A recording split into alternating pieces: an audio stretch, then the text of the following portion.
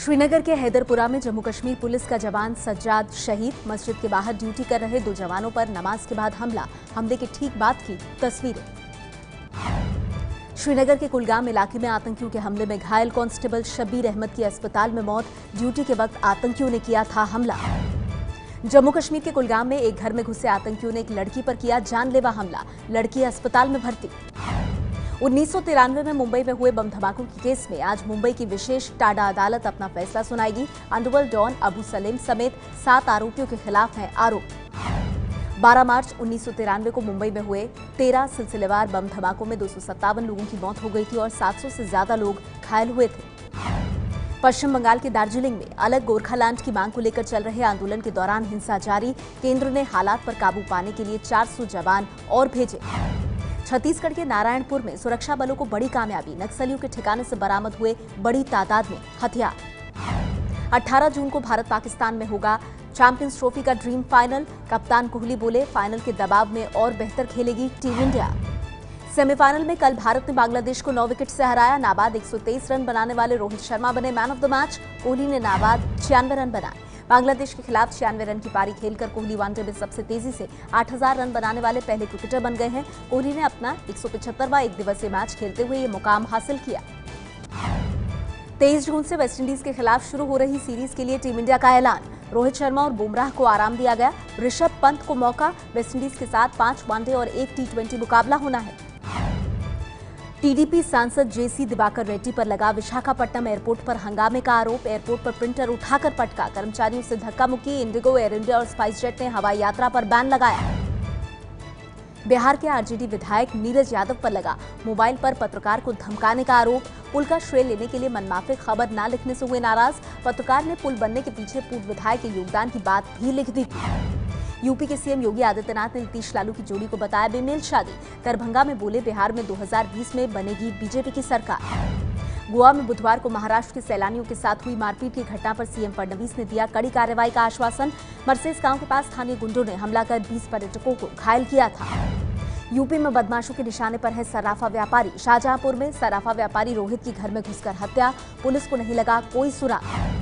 UP के गाजियाबाद में सहायक निबंधन महानिरीक्षक स्टाम्प राजेश शर्मा को धोखाधड़ी और रंगदारी मांगने के आरोपों में गिरफ्तार किया गया। शर्मा पर अरबों की हेराफेरी का केस भी दर्ज। लखनऊ में प्रेमिका को प्रभावित करने के चक्कर में युवक की गई जान। ट्रेन के कोच पर चढ़कर सेल्फी लेते वक्त हाईटेंशन वायर की चपेट में आया। आज से रोज तय होंगे डीजल और पेट्रोल के दाम। अभी तक 15 दिन में होती थी दाम की समीक्षा। पहले दिन पेट्रोल ₹1.12 और डीजल ₹1.24 सस्ता। अंतर्राष्ट्रीय बाजार के हिसाब से तय होती है तेल की कीमत। राष्ट्रपति चुनाव को लेकर बीजेपी ने विपक्षी पार्टियों से संपर्क शुरू किया। वेंकैया नायडू ने शरद पवार और चंद्रबाबू नायडू से बात की। आज सोनिया गांधी और सीताराम येचुरी से मिलेंगे वेंकैया और राजनाथ सिंह। राष्ट्रपति चुनाव को लेकर शिवसेना अध्यक्ष उद्धव ठाकरे से मिलेंगे बीजेपी अध्यक्ष अमित शाह।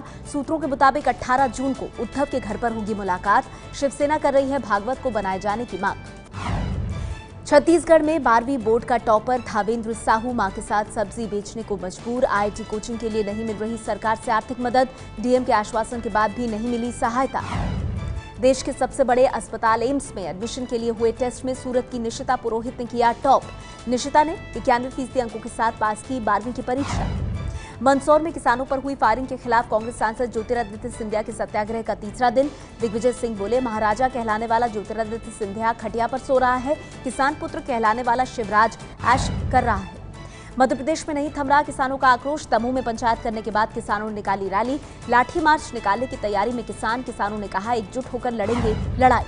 मध्य प्रदेश में नहीं थम रहा किसानों की खुदकुशी का सिलसिला। शिवपुरी जिले में कर्ज में डूबे किसान ने आत्महत्या की। 55 साल के कल्ला नाम के किसान पर था 40,000 का कर्ज। परिजनों के पास अंतिम संस्कार के लिए पैसे भी नहीं थे। मध्य प्रदेश में सीएम शिवराज के तमाम दावों के बावजूद किसानों का प्याज आसानी से नहीं बिक रहा। उज्जैन में प्याज बेचने के लिए लंबी लंबी कतार में खड़े हो रहे हैं किसान। 3 किलोमीटर तक प्याज से लदी हुई ट्रॉलियों की लाइन लगी। महाराष्ट्र में सरकारी कर्मचारियों ने तेज की 7वें वेतन आयोग को लागू करने की मांग। महाराष्ट्र में करीब 16 लाख सरकारी कर्मचारी हैं। मुंबई के विले पार्ले में रहने वाले करीब 120 से अधिक परिवारों के सर से छत छीनने का खतरा। बॉम्बे हाईकोर्ट ने एयरपोर्ट के पास रनवे की दिशा में बने घरों की अतिरिक्त ऊंचाई तोड़ने का आदेश दिया है। दिल्ली में अभी भी कई जगह बिखरा पड़ा है कूड़ा। न्यू सीमापुरी वार्ड की पूरी सड़क बनी कूड़ा घर। उसी कचरे के ढेर में बच्चे भी करते हैं शौच। लोगों का आरोप, कभी कभी 15 दिन में साफ होता है कूड़ा। आगरा में दहेज की मांग पूरी नहीं होने पर महिला को उसके ससुराल वालों ने बेरहमी से मारा पीटा। पुलिस ने पति को गिरफ्तार कर जेल भेजा। अस्पताल में भर्ती पीड़ित महिला की हालत नाजुक। मध्य प्रदेश के ग्वालियर में जया आरोग्य अस्पताल के ट्रॉमा सेंटर में मरीजों को ले जाने के लिए नहीं है स्ट्रेचर। प्लास्टिक के बोरे या गोद में उठाकर भर्ती किए जा रहे हैं मरीज। स्ट्रेचर के मांगे जाते हैं 100 रुपए। रात में दिल्ली एनसीआर में हुई बारिश से मौसम हुआ सुहाना। लोगों को उमस और गर्मी से मिली राहत। मानसून के लिए जुलाई के पहले हफ्ते तक दिल्ली के लोगों को करना होगा इंतजार। जनहित याचिका यानी पीआईएल की शुरुआत करने वाले जस्टिस पीएन भगवती का 95 साल की उम्र में निधन। भारत के 17वें चीफ जस्टिस रहे भगवती का इस पद पर कार्यकाल 12 जुलाई 1985 से 20 दिसंबर 1986 के बीच था। अमेरिका ने आईएसआईएस के लिए भारत में आतंकियों की भर्ती करने वाले मोहम्मद शरीफ अरमार पर बैन लगा दिया है। अमेरिका ने अरमार को अंतर्राष्ट्रीय आतंकियों की सूची में डाल दिया है। अफगानिस्तान की राजधानी काबुल में शियाओं की अल जहरा मस्जिद पर आतंकी हमले में 6 लोगों की मौत, 10 घायल। अभी तक किसी आतंकी संगठन ने नहीं ली जिम्मेदारी। बांग्लादेश में भारी बारिश से जमीन धंसने की घटना में मरने वालों का आंकड़ा बढ़कर 141 हो गया है। भारतीय सीमा से लगे रंगामती इलाके में जारी है राहत और बचाव का काम। ये है एबीपी न्यूज, आपको रखे आगे।